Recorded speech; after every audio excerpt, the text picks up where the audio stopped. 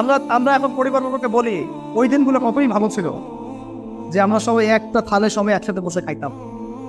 এখন এত ব্যস্ততা, এখানে এখানে সফর, আমরা একসাথে থালে খেতেও পারে ছোট্ট একসাথে ভাইরা মিলে পরিবারের সবাই মিলে বসে খাওয়া, বৃদ্ধতা বাড়ে, মহব্বত বাড়ে, খাওয়ার ভাগাভাগি করে খাওয়া, পারিবারিক বন্ধন এখানে নেওয়া।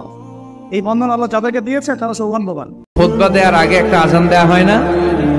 দুর্ভাগ্যবশত এই দেশে ওই আজানটা খুব আস্তে আস্তে দেয়, ইমাম সাহেবের মুখের সামনে এসে ছোট্ট ছোট্ট করে দেয় যাতে কেউ শুনতে না পায়, দেয় না এরকম?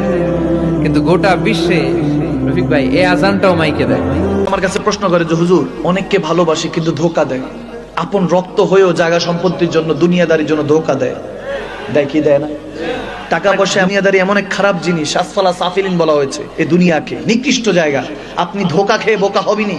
আমার নবীর কাছে এক সাহাবা এসে বলছে, ইয়া রাসূলুল্লাহ, যাকে ভালোবাসি, যাকে বিশ্বাস করি, সেই ধোকা দেয়, চিনবো কিভাবে কে সত্যিকারের বিশ্বস্ত? আমার নবী বলতেছেন, তাহলে বিশ্বস্ত হওয়ার একটা ওজিফা দিলেন। সুবহানাল্লাহ বলেন।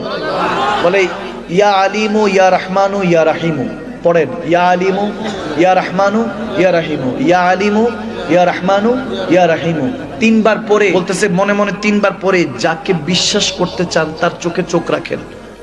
রাখার পরে যদি দেখেন চোখ এদিক সেদিক হয়, বুঝবেন তার সাথে সম্পর্ক বেশি দিন টিকবে না। আর যদি দেখেন আপনার দিকে তাকায় আছে, পলক ফেলছে না, 2, 4, 5 সেকেন্ড 10 সেকেন্ড আপনার দিকে তাকায় আছে, বুঝবেন তার সাথে আপনার সম্পর্কটা বজায় রাখবেন কে? আওয়াজ দেয় না কে? আবার দেখো যুবক, কোনো জায়গায় ট্রাই করো না, বুঝে গেছে নি? যুবক তো বড় মারাত্মক, কোনো জায়গায় ট্রাই করা যাবে না। এটা হলো আপনার বিশ্বস্ত বন্ধু চেনার উপায় বলেছি। কি কষ্ট হয়েছে? আল্লাহ হেফাজত করুক, আমিন বলেন। আল্লাহর কাছে চাইতে হয়, সিরাতে মুস্তাকিম চাইতে হয়, ইহদিনাস সিরাতাল মুস্তাকিম।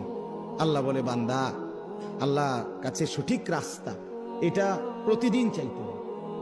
এতটা গুরুত্ব কেন দিলেন? ফজরের নামাজ, জোহর, আসর, মাগরিব, এশা, ফরজ নামাজ, সুন্নত নামাজ, নফল নামাজ, তাহাজ্জুদ নামাজ, আউয়াবিদ নামাজ, ইশরাকের নামাজ। আপনি বলেন, আরে আল্লাহ, আমি প্রথম রাকাতে কইছি তো এটা। আল্লাহ আবার কর, আবার কর, তৃতীয় রাকাত আবার কর, বেটা আবার কর, আবার কর, কারণ এটা তোর প্রতিদিন দরকার। ইহদিনাস সিরাতাল মুস্তাকিম।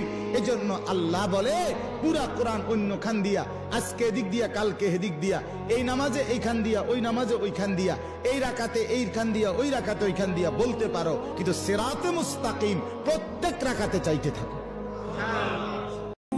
যতই মেয়েদেরকে বেপর্দা করার চেষ্টা করা হচ্ছে, আলহামদুলিল্লাহ মেয়েদের বোরখার সংখ্যা বাড়ছে। কি বোরখা পড়ছে সেটা পরের কথা, বোরখার সংখ্যা বাড়ছে।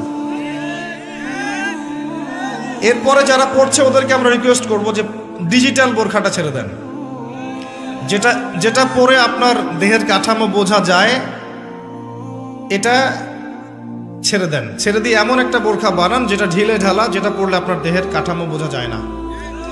উৎসাহিত করেন, যেহেতু তারা পড়েছে, সেলোয়ার কামিজ থেকে এই বোরখা এসেছে, ইনশাল্লাহ এই বোরখা থেকে খাস পর্দাও যাবে ইনশাল্লাহ। উৎসাহিত করা উচিত। পুরো জীবনটা এটা হচ্ছে লালসাময় একটা জীবন, লোভ, মরিচিকা, মায়াজাল। এই মায়াজালে আমরা আটকে আছি, ফলে মৃত্যুর কথা আমরা ভুলে গিয়েছি। পাগলের মতো ছুটছি, আরো টাকা লাগবে, আরো খ্যাতি লাগবে, আরো যশ লাগবে, আরো দাপট লাগবে। আমার এত টাকা দিয়ে কি হবে? এত সম্পদ দিয়ে কি হবে? এত ব্যস্ততা দিয়ে কি হবে তোমার? স্টপ, থামুন, অনেক হয়েছে, আন্না।